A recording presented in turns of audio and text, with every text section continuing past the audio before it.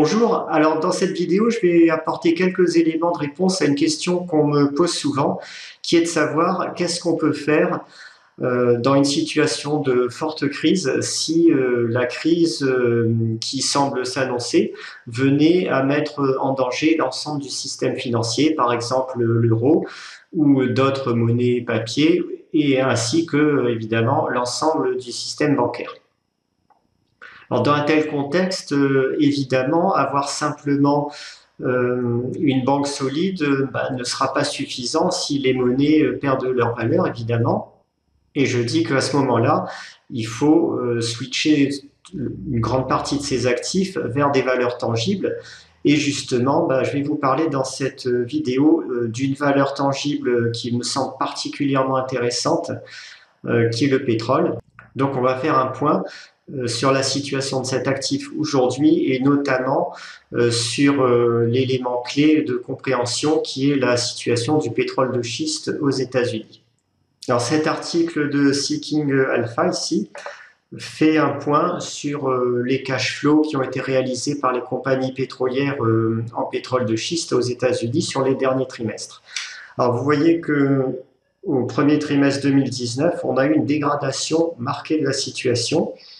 Vous avez la barre verte qui est le cash flow produit par ces compagnies et la barre jaune ici qui est les dépenses d'investissement qu'elles ont dû réaliser au cours du trimestre. Alors l'écart entre les deux barres, c'est environ 4,7 milliards de dollars et ça représente grosso modo pas loin de 10 dollars par baril de déficit. Ça veut dire qu'à chaque baril produit aujourd'hui, ces compagnies perdent environ 10 dollars en termes de cash flow. Et vous noterez que même au plus haut de l'année 2018, un second semestre 2018, où on avait des cours du baril, bon, on va le voir tout de suite, qui étaient dans la fourchette 65-75 dollars, ces compagnies ne parvenaient pas à réaliser de cash flow positif. Sur le premier trimestre 2019, on a eu des cash flows de l'ordre de 50 dollars, des cours du baril de l'ordre de 50 dollars. Et le cash flow s'est sensiblement dégradé. Et ce qui est plus inquiétant, je trouve, c'est la comparaison avec la situation de ces entreprises en 2016. Alors, si on regarde en 2016, notamment au troisième trimestre 2016 ici, en partie au deuxième trimestre, on avait une situation un peu moins mauvaise. Les entreprises étaient encore en cash flow négatif, mais commençaient quand même à approcher de l'équilibre ici. Si on croise avec les cours du dollar, avec les cours du baril, voilà où on en était au troisième trimestre 2016. Vous voyez qu'on était autour de la barre des 50 dollars, exactement comme la situation du premier trimestre 2019. Alors, vous avez sans doute lu pas mal d'articles enthousiastes sur l'amélioration des techniques de fracking qui permettaient de diminuer les coûts d'extraction du pétrole de schiste, qu'on était beaucoup plus efficace aujourd'hui dans ce domaine qu'il y a quelques années. Donc on a eu même ici des articles enthousiastes en vraiment 2015-2016 où le commentateur ici John Moldin disait que à 10 dollars on pouvait descendre les cash costs à 10 dollars par baril et que toutes les compagnies allaient réussir à gagner de l'argent si le pétrole était aux environs de 40 dollars. Et c'est exactement le contraire qu'on observe puisque en l'espace de 2 ans et demi, à prix du baril équivalent, strictement équivalent à 50 dollars, on a une dégradation très marquée de la situation, puisque aujourd'hui on a un déficit de près de 5 milliards de dollars au premier trimestre 2019, alors qu'on était presque à l'équilibre au troisième trimestre 2016. Alors ce que je soupçonne, qui est évoqué dans l'article de Seeking Alpha notamment, c'est que les compagnies qui exploitent du pétrole de schiste ont commencé par forer les tout meilleurs spots de leur champ, donc de leur territoire, pour attirer les investisseurs, montrer qu'elles avaient beaucoup de potentiel et qu'aujourd'hui elles ont épuisé ou elles sont en train d'épuiser en grande partie ces meilleurs spots. C'est ce que l'article dit ici, Growing Scarcity of Tier 1 Acreage. Donc c'est-à-dire que les meilleurs terrains sont en train de devenir de plus en plus rares. et que progressivement elles doivent forer dans des terrains où la productivité du pétrole de schiste est beaucoup moins bonne et du coup le cash cost remonte malgré l'amélioration des techniques d'extraction. En tout cas, très clairement, aujourd'hui, à un prix du baril de 50 ou 55 dollars, les compagnies sont incapables de gagner de l'argent, hein, en très grande majorité, pour 90% d'entre elles. Le nombre de forages de rigs en activité est en train de diminuer, hein, entre janvier et juillet. Donc c'est un signe aussi de tension forte sur le pétrole de schiste américain. Ça ne se traduit pas encore en termes de production, mais on commence quand même à observer un plafonnement ici de la courbe au deuxième trimestre 2019. Alors, dans le même temps, il y a des chiffres fondamentaux qu'il faut avoir en tête sur le marché du pétrole aujourd'hui, sur la situation de l'offre et de la demande. On en est à un niveau de consommation en ce moment de l'ordre de 105 millions de barils par jour. Ça fait à peu près, si on multiplie par 365, on arrive à pas loin de 40 milliards de barils de pétrole annuels consommés chaque année. À ces barils de pétrole, il faut ajouter la consommation en gaz naturel. Alors, ce graphique indique un niveau de consommation aujourd'hui d'environ 3 milliards de tonnes d'équivalent pétrole en termes de gaz naturel.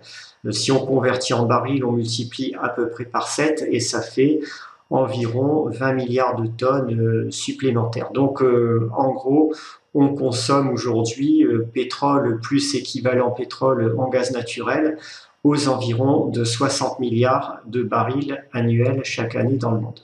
En face de cette consommation, vous avez ce graphique, toujours sur Seeking Alpha, qui va vous donner donc le nombre de barils qui sont découverts chaque année. Donc vous voyez en 2013, 17 milliards, 16 milliards en 2014, 14 milliards en 2015. Ensuite, on a eu le début de la chute des cours du baril. Les compagnies ont commencé à couper leurs investissements.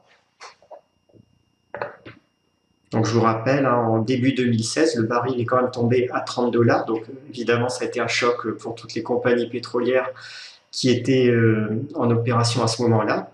Et le rythme des nouvelles découvertes a encore beaucoup décru, puisqu'on est maintenant sur les 4 dernières années, en 2016 à 2019, sur une moyenne qui tombe en dessous de 10 milliards de barils par an. Donc on couvre aujourd'hui, en termes de nouvelles découvertes en pétrole conventionnel, moins d'un sixième de la consommation annuelle chaque année. Alors dans cet environnement maintenant, mettez une grosse récession mondiale, hein, du type 2008 ou entre guillemets mieux. Déjà en 2008, vous voyez ce que ça a fait sur le cours du baril. On est passé de 145 à 35 dollars en très peu de temps, hein, en l'espace de moins d'un an. Donc aujourd'hui, on est moins haut, hein, on est à 53, 55 dollars, mais évidemment, si on a une grosse récession, inutile de vous dire que le cours du baril ne restera pas à ce niveau et il plongera très certainement dans la zone, je ne sais pas, 30, 35 dollars, peut-être plus bas, temporairement. En tout cas, largement de quoi provoquer un arrêt total ou quasi total des investissements, aussi bien pour les compagnies qui sont en production de pétrole de schiste aux États-Unis en ce moment, puisque déjà à 50, 55 dollars, elles ne gagnent pas d'argent, mais aussi pour l'investissement en recherche de nouveaux gisements en pétrole conventionnel.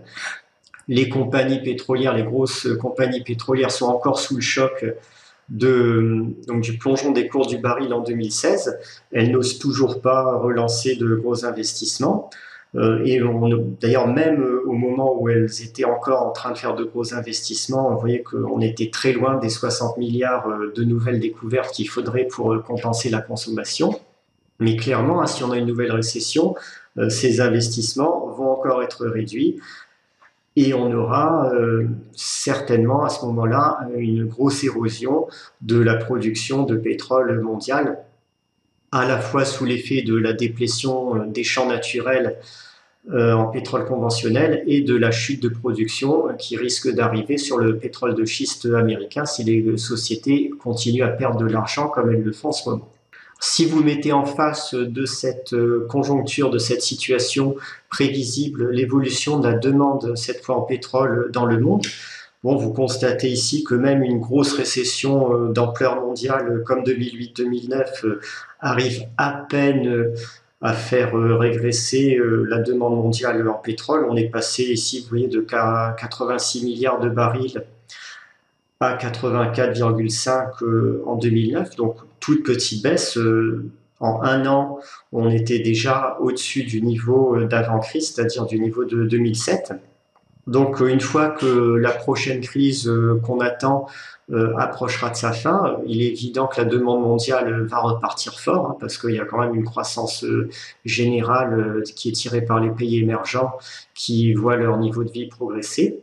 Toutes les conditions pour l'obtention d'un corner parfait entre offre et demande, c'est-à-dire d'une inadéquation entre offre et demande, avec une demande qui repartirait à la hausse assez rapidement en sortie de crise, et une offre qui serait complètement déprimée par le manque d'investissement des compagnies pétrolières. Le résultat, ça sera sans doute une très forte hausse du cours du baril à l'approche et en sortie de crise. Voilà pourquoi je pense que le pétrole sera vraiment la reine des valeurs tangibles en sortie de crise, encore plus que l'or. Bon, l'or reste intéressant à titre d'assurance contre une implosion du système financier et monétaire, mais le besoin en pétrole en sortie de crise sera encore certainement beaucoup plus crucial pour l'ensemble des économies mondiales.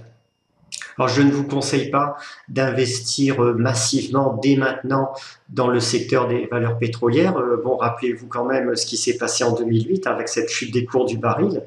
Une fois de plus, c'est le timing, la capacité à avoir un bon timing dans la crise qui arrive qui va faire la différence. Malgré tout, des valeurs qui sont outrageusement décotées et bradées comme Total Gabon en ce moment, à mon avis, elles sont intéressantes quand même dès maintenant, malgré le risque qu'elles subissent quand même un petit choc si une crise arrive. Vu leur décote, elles offrent très largement la marge de sécurité suffisante pour pouvoir bien se défendre en situation de crise et surperformer largement ensuite.